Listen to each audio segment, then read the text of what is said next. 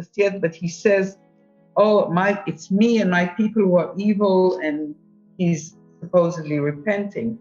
So we really see the traits of Satan very much active in Pharaoh.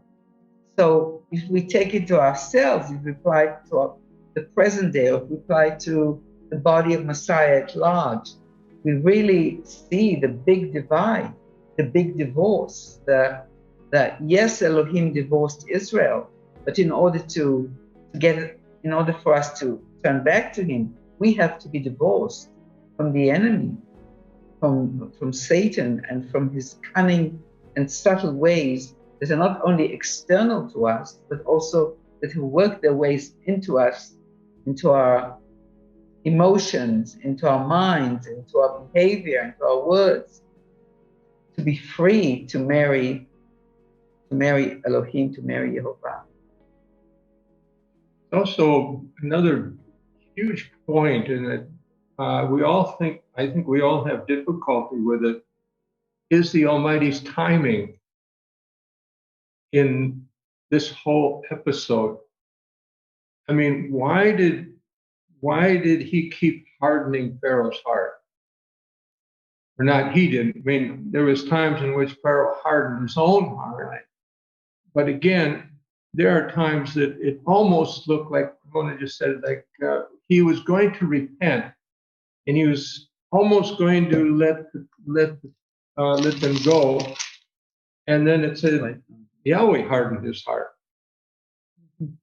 And so it looks like Yahweh has a very specific time period in which he is working to accomplish his exodus with his people.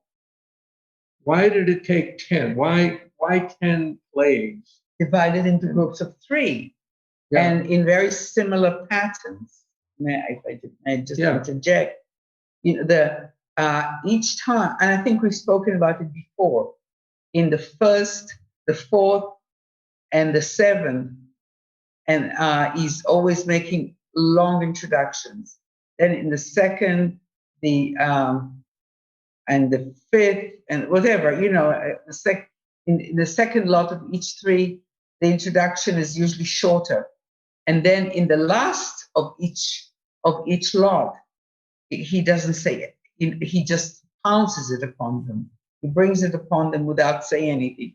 I think this symmetry and this order shows us that he's very, very much in control and very deliberate in the way he does things, and that there is an order to everything, and also legalities. Yeah, legal. Yeah, and I think this is very comforting to know that for us, when we're in the midst of events, and especially now, it's hard to discern, or it's hard to ascertain or to understand everything that's going on, because we're right in the midst of everything. But we can trust that he has it. He has everything lined up in a perfect order. Yeah, trying to get to the point of seeing things from his perspective, from the Almighty's perspective. It's really hard to do, but when you study carefully from that perspective, these episodes, yeah, you really learn a lot about how he is dealing with you, but not just you, mm-hmm, with the whole nation. With the whole nation. And then you begin to think, well, wait a minute, sometimes I have to wait because of what some others have to go through. And I think a lot about that with a young lady waiting for the right young man to come by. And she may be getting more and more, frustrated. He doesn't seem to be coming along very well. But see, the father knows that he has to be prepared for her. And so there's this challenge we all have, that waiting, yeah, on him to complete what he desires to complete. And it may take 10 plagues to accomplish, to get to the point where it's finally time to go. When it is, it's going to fit a pattern that we'll see 4,000 years later. Say, oh, so it's this generation now that's understanding these things. But he never loses focus. It's still my people, Israel. Wow, this is profound. As we're getting warmed up here, I think one of the beautiful things is that Abba is kind of showing us the heart of showing us his heart through his word, something that was spoken thousands of years ago. Yet today, in this very moment, in this very hour, even all of us here on this call can certainly feel an anointing around these words, and looking at things through his eyes, being reintroduced to us to the Father's love, is where we all begin. And want to have you guys continue, but I wanted to just interject one thing, or maybe ask a question about if we were to look at, because I'm getting these visions as you're talking, judicial aspects, right? And Yeshua also, there was a legal process there.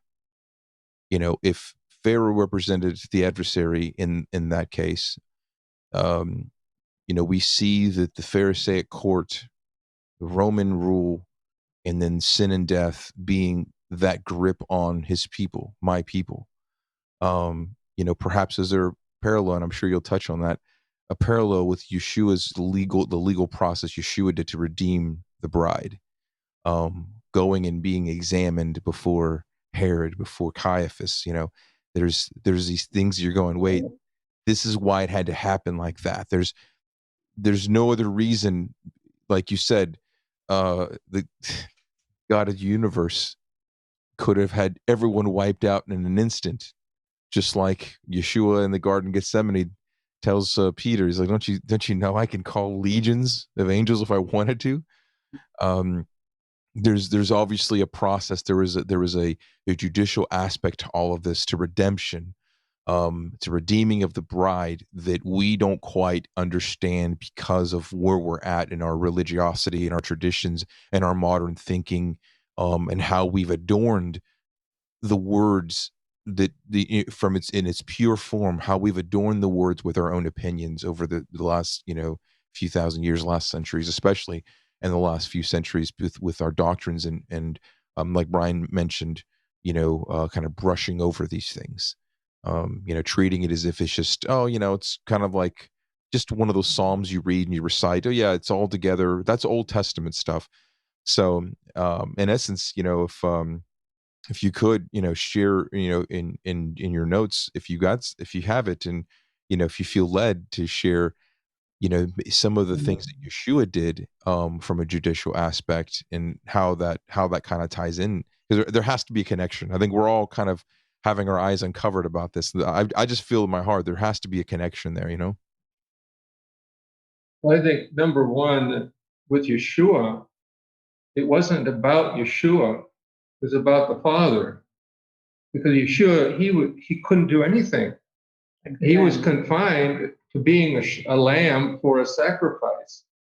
And so the Father had to orchestrate everything to make it happen in a very specific time period. And then you pick up different little bits and pieces. If you're familiar, for example, with the Torah, you understand every little detail of that sacrifice, and how that lamb had to be examined for 3 days, 4 days, 4 days before they were the Pesach lamb. On the 10th. And the fact that you see the in John 12, or John, I think it's in the Gospel of John, chapter 12, he says, and Yeshua came up to Bethany, or Jerusalem, 12 days, was it 12 days before? Why that detail? Why that specific detail there in chapter 12 of the Gospel of John? Why does he say that? And then goes down in a very specific day. He goes down and rides a donkey down into the temple area, which was 10 days before Pesach, or the Passover. And then you see, oh, that's the same day they were carrying the lambs in. 4 days before the Passover, on the 10th day on of the the 10th month. day of the month, Yeah. which was day 4 days. And they examined the lambs for those 4 days. Well, what was happening with Yeshua? He was going down every single day. He went down, and the lawyers were examining, the Pharisees were examining, the Sadducees were examining. They were all examining to see, they could find any fault in him during those 4 days of examining the lambs. And in the end, of course, they couldn't find any fault in him, and he was the perfect lamb for the sacrifice. So, these little details you stand in awe of, because this was hundreds of years before, when they were, given these rules and regulations in the tabernacle or in the temple areas. And here and right here, and they were supposed to take the lambs on the 10th of the month and examine them for the 4 days. So all of these patterns, it's not a matter of us, to dig into the pattern itself, as much as it's stand in awe of how the Father was orchestrating this whole scenario of going up to Jerusalem at a very specific time. Perhaps Yeshua knew this, but still he couldn't govern. Yeshua couldn't. Well, like he said to Pilate, when Pilate says, "I basically have your life, or in my hands. I can either put you to death or I can keep you alive." And he said, "No, you don't." Right. I think this is comforting. I think this is comforting, and it doesn't matter if with who's in those positions of authority. It's nothing's going to happen outside the Almighty's giving permission. And here we got all these scriptures here about Pharaoh. Pharaoh couldn't let them go until the Father decided it's time for Pharaoh to say, "Okay, I'm divorcing you." And maybe that one little word, like Ramona just brought up, divorcing you in the Hebrew, that tells you a whole lot about the relationship between my people and Egypt. It even says in one place, he separated the Israelites from the Egyptians. Yeah, and that word was even before any instructions regarding the lamb. That word, one of the words that was separation, I think it was even in last week's parasha already. It was pedut, which is ransom. He used the word for separation, the word ransom. And so he's already giving us a hint. He's already directing us into realizing where he's going with all of this. And now you take it back to Yeshua. We talk about sanctification, but you can't without ransom. Mm-hmm. The replacement, right? So it's taking one thing and replacing it, and it's standing in the gap for something. And the whole aspect of the kinsman redeemer is a powerful thought.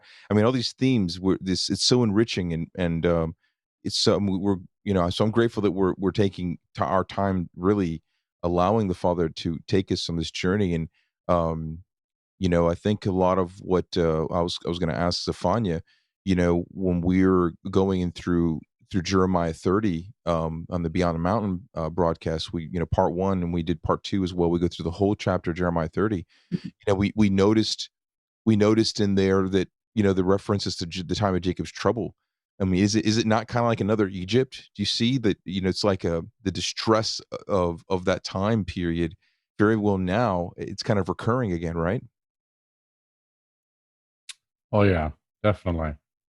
You actually see that. A lot of these themes seem to, the Hebrew way is what goes around comes around. Cyclical. So, and you can expect that, nothing will be new under the sun. You're going to see this again sometime. It'll rear its head. I was looking at, we'll discuss it when we get to the next Torah portion, but it's just everything you see here, you're saying, oh, I'm seeing this again. I'm seeing this again. And it's just, again, a constant reminder to all of us, that, these things are not new to, they're new to him. They shouldn't be new to us. They weren't new to our forefathers. Because they went through them too. Mm-hmm. Right. And, Bryan, a lot of what we've discussed, you and I together about the way that the understanding of Israel, who is Israel, and now the identity as we're uncovering these things, Ephraim Rimona are sharing this, how much more now are you able to kind of help others understand a lot of what you share is about identity, and how have you seen kind of like the opposition just trying to shut you down and silence you in different ways, that it's definitely a spiritual journey. This is a spiritual battle, than just kind of logically sharing a story that you find in the Bible, right? This is a much bigger battle than all of us, right? Matter of fact, a friend messaged me. Well, he went to our church way back in the day, very briefly. He reached out to me through Messenger. He's I think he's pretty much been the only one, but he's been the only one that's reached out to me in almost 3 years now, and he reached out to me just out of nowhere, and he's going to a Sunday assembly, a traditional church, and he said he had this feeling in the Holy Spirit. He kept telling him to reach out to this guy, me, reach out to him, because he's starting to have the same transition. You and I both know probably 3 or 4 families who have become Torah observant, or try to be the best Torah observant as possible. But he reached out to me, and we had a conversation, and I was telling him the things that I've been able to pick up over the last couple of years in reading the Torah, and then the 2 houses, and he was just blown away.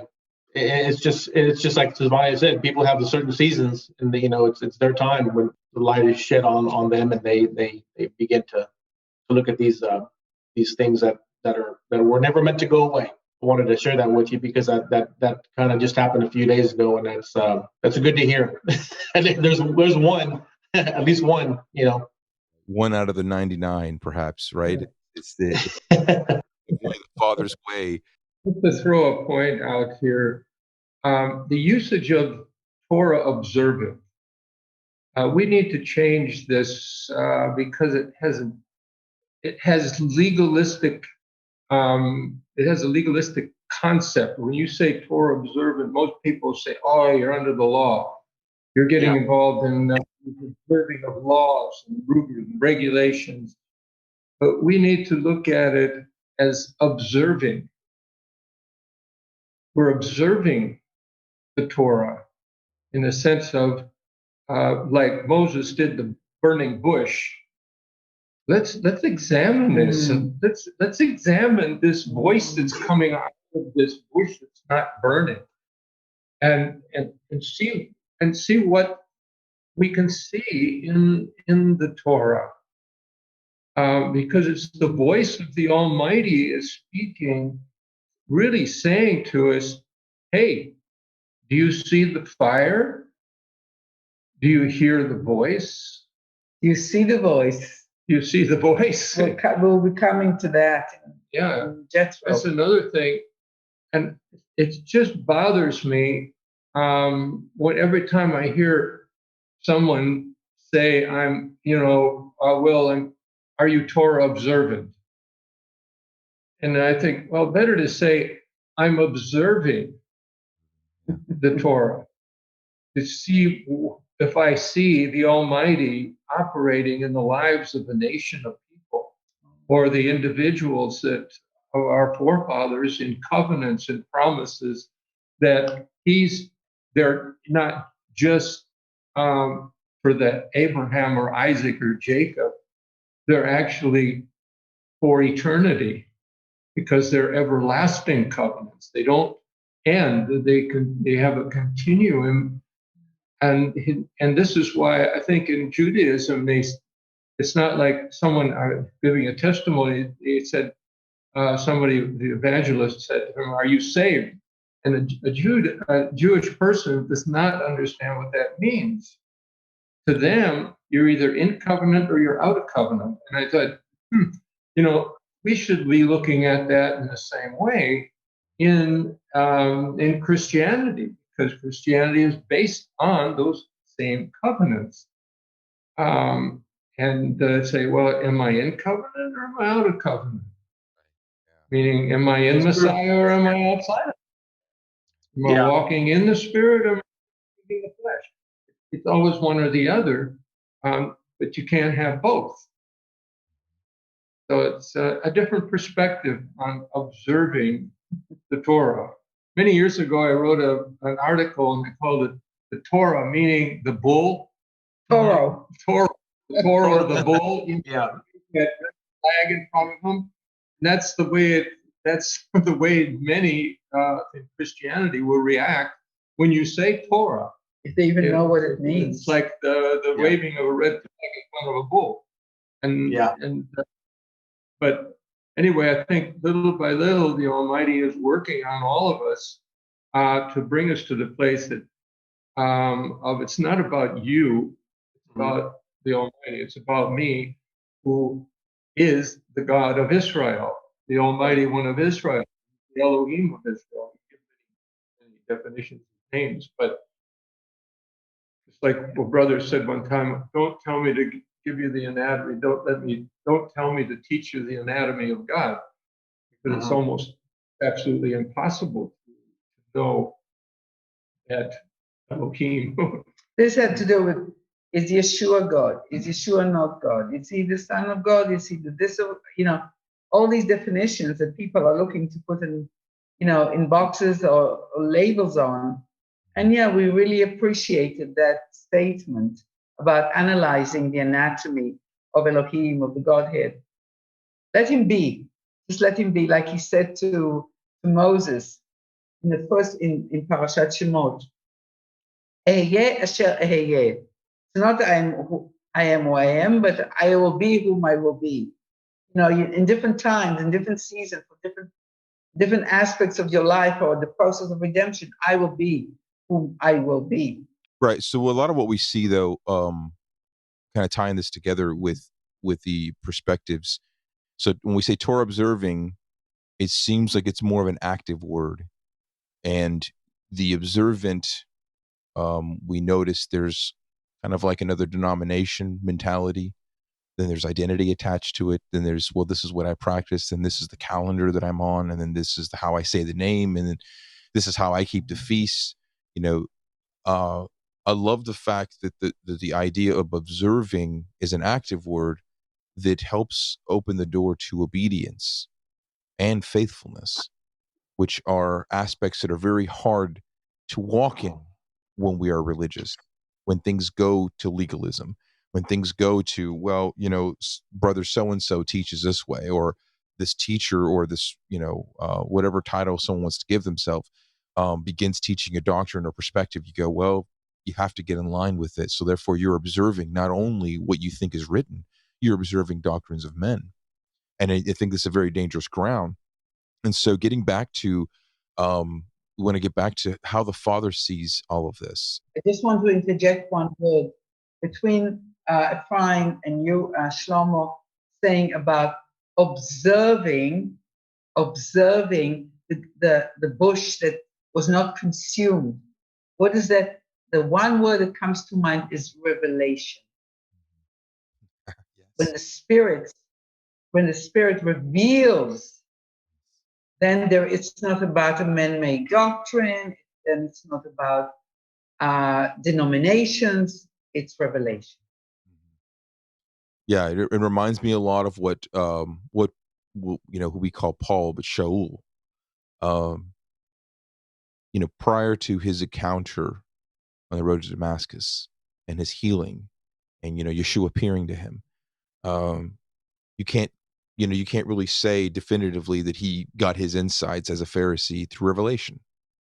He got it through his upbringing, through his training, right? Through the logical training of the natural realm and him executing the plan that he felt convicted about in his own natural mind and in his flesh. But we see that afterward, the revelation that came to Shaul, to Paul, that was so profound, that it's a time where the man who could write and describe everything was left speechless once it was revealed to him certain things about the heavens, about the third heavens, about the plan of redemption. So much so that we see that we're still trying to really piece together and unpack these letters that he wrote to the congregations.